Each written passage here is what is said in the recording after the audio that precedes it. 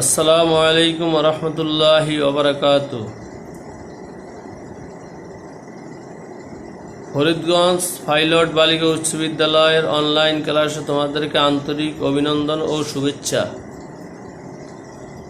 আশা করি প্রিয় শিক্ষার্থীবৃন্দ তোমরা ভালো আছো। আলহামদুলিল্লাহ আমিও ভালো আছি। আমি আজকে তোমাদের সম্মুখে ষষ্ঠ শ্রেণীর প্রথম অধ্যায় ইসলাম ও নৈতিক শিক্ষা বিষয়ের বিশেষ পাঠ রিসালাত সম্পর্কে আলোচনা করব। রিসালাত শব্দটি আরবি, এর অর্থ বার্তা, খবর, চিঠি, সংবাদ বহন। রাসূলগণ যে কর্তব্য দায়িত্ব পালন করেন তাকে বলা হয় রিসালাত। আল্লাহ তাআলা নবী রাসূলগণকে নানা দায়িত্ব দিয়ে প্রেরণ করেছেন।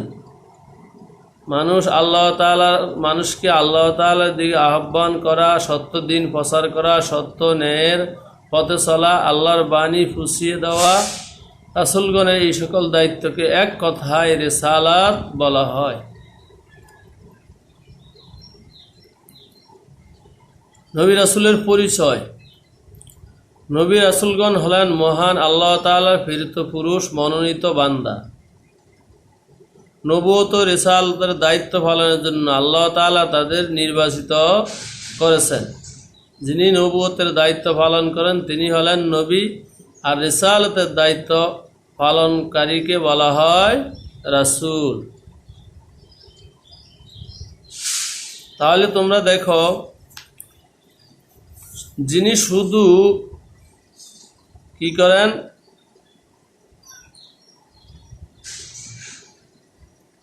রিসালাতের দায়িত্ব, যিনি নবুয়ত রিসালাতের দায়িত্ব পালন করেন, দুইটা দায়িত্ব পালন আল্লাহ তাআলা নির্বাচন। যিনি নবুয়তের দায়িত্ব পালন করেন তিনি হলেন নবী, যিনি নবুয়তের দায়িত্ব পালন করেন তিনি হলেন নবী, আর যিনি রিসালাতের দায়িত্ব পালন করেন তাকে রাসূল বলা হয়। তাহলে যিনি নবুয়তের দায়িত্ব পালন করেন আবার রিসালাতের দায়িত্ব পালন করেন তাকে বলা হয় নবী রাসূল। তাহলে এই নবী রাসূল দুনিয়াতে মানুষকে হেদায়েতের জন্য কতজন এসেছেন? 1 লাখ বা মতান্তরে 2,24,000 পয়গম্বর এই দুনিয়াতে এসেছেন। এর মধ্যে নবী ও রাসূলের মধ্যে পার্থক্য রয়েছে। যাদের নিকট আসমানি কিতাব এসেছিল তারা ছিলেন রাসূল, আর যাদের নিকট কোনো আসমানি কিতাব আসেননি তারা হলেন নবী। নবীরা পূর্ববর্তী রাসূলের প্রচারিত দিন প্রচার করতেন। আল্লাহ তাআলার পৃথিবীতে অনেক নবী রাসূল পাঠিয়েছেন। পৃথিবীর প্রত্যেক সম্প্রদায়ের জন্য নবী রাসূল এসেছে। এক মতে তাদের সংখ্যা সর্বমোট 1,24,000, অন্য মতে তাদের সংখ্যা ছিল 2,24,000। তার মধ্যে 313 জন ছিলেন রাসূল।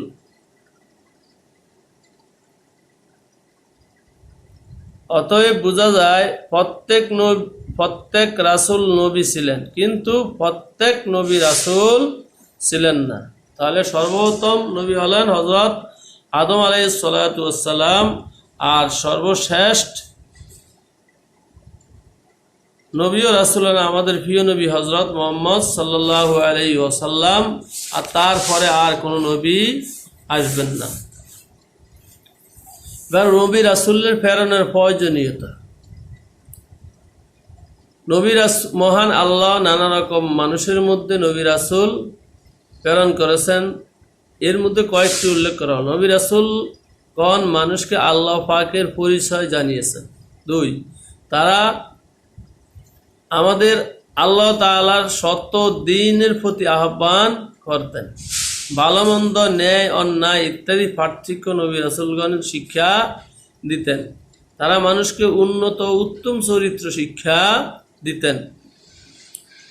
তারা জান্নাতে যাওয়ার পথ নির্দেশ প্রদান করতেন। কিভাবে জাহান্নাম শাস্তি থেকে বেঁচে থাকা যায় সেই শিক্ষা দিতেন।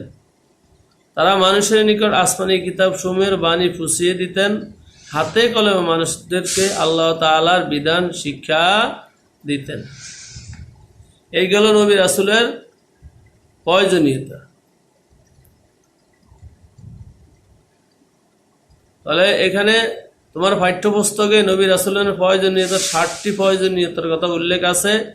যদি পরীক্ষায় আসে তাহলে তোমরা এগুলা শিখে লিখে দিবা। রিসালাতে বিশ্বাসের গুরুত্ব কি? রিসালাতের বিশ্বাস করা গুরুত্ব অপরিসীম। তাওহীদের পরে রিসালাতের স্থান। রিসালাত নবী রাসূলগণ বিশ্বাস না করলেন, রিসালাতে অর্থাৎ নবী রাসূলগণকে বিশ্বাস না করলে কেউ মুমিন হতে পারে না। কারণ নবী রাসূলগণ আমাদের আল্লাহ তাআলার পরিচয় জানিয়েছেন, তার বাণী ফুঁসিয়ে দিয়েছেন। এই ছিল নবী রাসূলের বিশ্বাসের গুরুত্ব, যেহেতু তারা আমাদেরকে সব আল্লাহ তাআলার সকল কিছু আল্লাহ তাআলার পরিচয় জানিয়ে দিয়েছেন। তারপরের পাঠ দেখো 7 আখিরাত। আখিরাত অর্থ পরকাল। মানুষের দুনিয়ার জীবনকে বলা হয় ইহকাল, আর ইহকালের পরের জীবনকে হলো পরকাল। আরবিতে একে বলা হয় আখিরাত। মানুষের মৃত্যুর পরবর্তী জীবনকে বলা হয় আখিরাত। এই জীবনের শুরু আছে কিন্তু শেষ নাই। আখিরাত মানুষ জান্নাতের শান্তি, জাহান্নামের শাস্তি ভোগ করবে। আখিরাতে বিশ্বাসের গুরুত্ব। তাওহীদ ও রিসালাত বিশ্বাসের পরেই আমাদেরকে আখিরাত বিশ্বাস করতে হবে। আখিরাত বিশ্বাস না করলে কেউ মুমিন হতে পারবে না। আখিরাত বিশ্বাস মানুষকে চরিত্রবান, সৎকর্মশীল করে তোলে। কেননা যেই ব্যক্তি আখিরাতে বিশ্বাস করে সে জানে আখিরাত মানুষকে দুনিয়ার কাজের প্রতিদান দেওয়া হবে, সেখানে দুনিয়ার কাজকর্মের হিসাব দিতে হবে। তাহলে আখিরাতের বিশ্বাস যারা করবে তারা অন্যায় কাজ করতে পারবে না, তারা কারো ক্ষতি করতে পারবে না, এবং চুরি, ডাকাতি, রাহাজানি, চিন্তা এগুলি করতে পারবে না, যেহেতু আখিরাতে এগুলার সব হিসাব হবে। বলা হয়ে থাকে দুনিয়া হলো আখিরাতের শস্যক্ষেত্র। তাহলে তুমি যদি দুনিয়ার মধ্যে ভালো ভালো কাজ করো তাহলে তোমার সেখানে ভালো ফল ভোগ করবে, আর খারাপ কাজ করলে সেখানে খারাপ ভোগ করতে হবে, খারাপ ফল ভোগ করতে হবে। আখিরাতের পর্যায়সমূহ। আখিরাতের বা পরকালের বেশ কয়েকটি পর্যায় রয়েছে, যেমন কবর, কিয়ামত, হাসর। পরকালীন জীবনের প্রথম ধাপ বা পর্যায় হলো কবর। একে আলমে বারজাখও বলা হয়। মানুষের মৃত্যুর সাথে সাথে এই জীবন শুরু হয়। এরপর কিয়ামত বা হাসর পর্যন্ত কবরের জীবন চলতে থাকে। মৃত্যুর পর মানুষ কাফন পরিয়ে কবরে রাখা হয়। এই সময় কবরে 2 জন ফেরেশতা আগমন করেন, তাদের নাম মুনকির, নকির। তারা মৃত ব্যক্তিকে 3টে প্রশ্ন করেন। এগুলো হলো তোমার রবকে, তোমার দিন কি, তোমার নবীকে। যেসব লোকের কবর দেওয়া হয় না তারাও এই প্রশ্ন থেকে রেহাই পায় না। যারা এই প্রশ্নগুলোর উত্তর দিতে পারবে তাদের কবরের মধ্যে আল্লাহ জান্নাতের বিছানা বিছিয়ে দিবেন এবং তারা সেখানে কবরে আরাম ভোগ করতে থাকবে। তার হলো কিয়ামত। কিয়ামত অর্থ মহাপ্রলয়। পৃথিবী এমন এক সময় আসবে যখন মানুষ আল্লাহ তাআলাকে ভুলে যাবে। দুনিয়াতে আল্লাহ বলার মতো কোনো লোক থাকবে না। সেই সময় আল্লাহ পাক দুনিয়া ধ্বংস করে দিবেন। তার নির্দেশে হযরত ইসরাফিল আলাইহিস সালাতু ওয়াস সালাম সিংহায় ফুঁক দিবেন, ফলে মহাপ্রলয় ঘটবে। এই দুনিয়ার যা কিছু আছে সব ধ্বংস হয়ে যাবে। পাহাড়, পর্বত, বিল্ডিং যা আছে সবগুলি ভেঙ্গে চুরমার হয়ে যাবে এবং আসমান ভেঙ্গে তুলার মতো উঠতে থাকবে। হাসর। হাসর শব্দের অর্থ সমাবেশ, ভিড়, চাপ। কিয়ামতের পর বহুকাল একমাত্র আল্লাহ পাক বিদ্যমান থাকবেন, অথবা তিনি পুনরায় সমস্ত প্রাণীকে জীবিত করবেন তার হুকুমে, হযরত ইসরাঈল আলাইহিস সালাম দ্বিতীয়বার সিংহে ফুৎকার দিবেন, ফলে সকল প্রাণী পুনরায় জীবিত হবে। একে বলা হয় মৃত্যুর পর পুনরুত্থান। এই সময় একজন ফেরেশতা সবাইকে আহ্বান করবে, ফলে সকলে একটি বিশাল ময়দানে সমবেত হবে। একে বলা হয় হাসর। এই গেল 3টি ধাপ। এবার পার্ট 8, আকাইদ ও নৈতিকতা। ইসলামের মূল বিষয়সমূহের প্রতি বিশ্বাস স্থাপন করার নাম হইল আকাইদ, যেমন তাওহীদ, রিসালাত, আখিরাত ইত্যাদি। আর নৈতিকতা হলো নীতির অনুশীলন, কথায় ও কাজে উত্তম রীতি নীতির অনুসরণ করা, মার্জিত ও বিনয়ী হওয়া, উত্তম চরিত্রবান হওয়া ইত্যাদি। অন্যায়, অশ্লীল, অশালীন বিষয়ে পরিত্যাগ করাই নৈতিকতার অন্তর্ভুক্ত। নৈতিকতা ও নীতির অনুসরণ মানব জীবনে গুরুত্বপূর্ণ সম্পদ। নীতিহীন মানুষ পশুর সমান।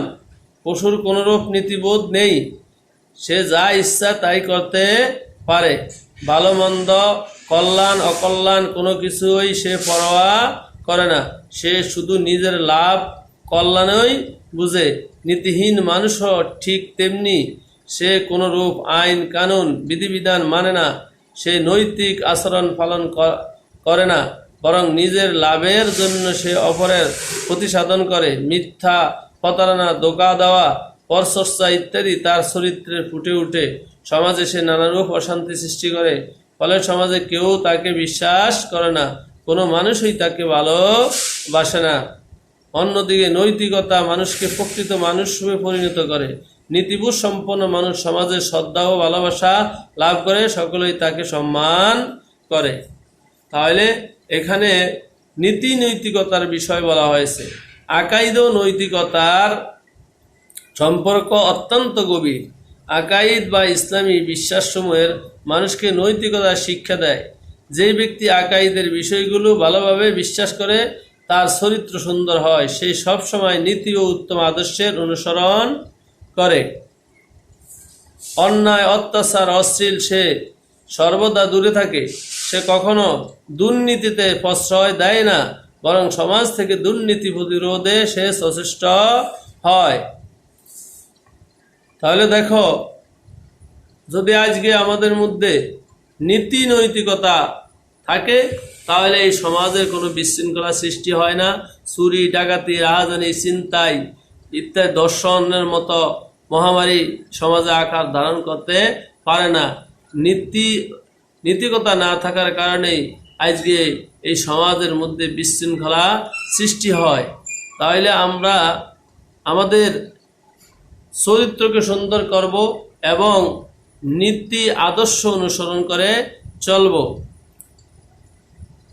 আকাইদের প্রথম বিষয় হলো তাওহীদ। তাওহীদ হলো একত্ববাদ, আল্লাহ তাআলা এক ও দ্বিতীয় বলে বিশ্বাস করা, তিনি সকল কিছুর স্রষ্টা ও মালিক, তিনিই সকল ক্ষমতার অধিকারী ইত্যাদি বিশ্বাস করা।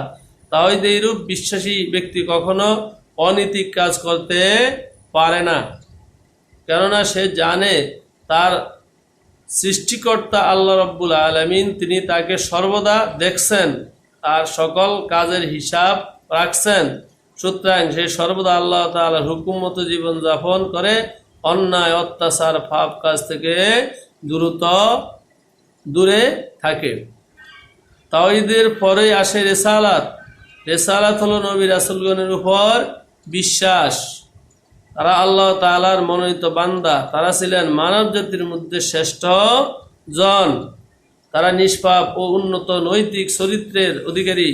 সুতরাং রিসালাতে বিশ্বাস মানুষ নবী রাসূলগণের চরিত্র দ্বারা প্রভাবিত হয়, তাদের ন্যায় সেও উত্তম চরিত্র অনুশীলন করে এবং উদ্ধত অশালীন চলাফেরা ও কথাবার্তা তার থেকে কখনো প্রকাশ পায় না। তাহলে আমরা এই 3টা পার্ট পড়েছি। প্রথম পার্টটা হলো রিসালাত। এখানে তোমার প্রশ্ন থাকবে রিসালাত শব্দের অর্থ কি, রিসালাত বলতে কি বুঝো, রিসালাতের বিশ্বাসের গুরুত্ব কি। তারপরে আখিরাত, আখিরাত শব্দের অর্থ কি, আখিরাত বলতে কি বুঝো, আখিরাতের পর্যায় কয়টি ও কি কি। তারপরে পার্ট 8 দেখবা আকাই শব্দের অর্থ কি এবং নৈতিকতা বলতে কি বুঝো, এই প্রশ্নগুলি শিখে নিবা।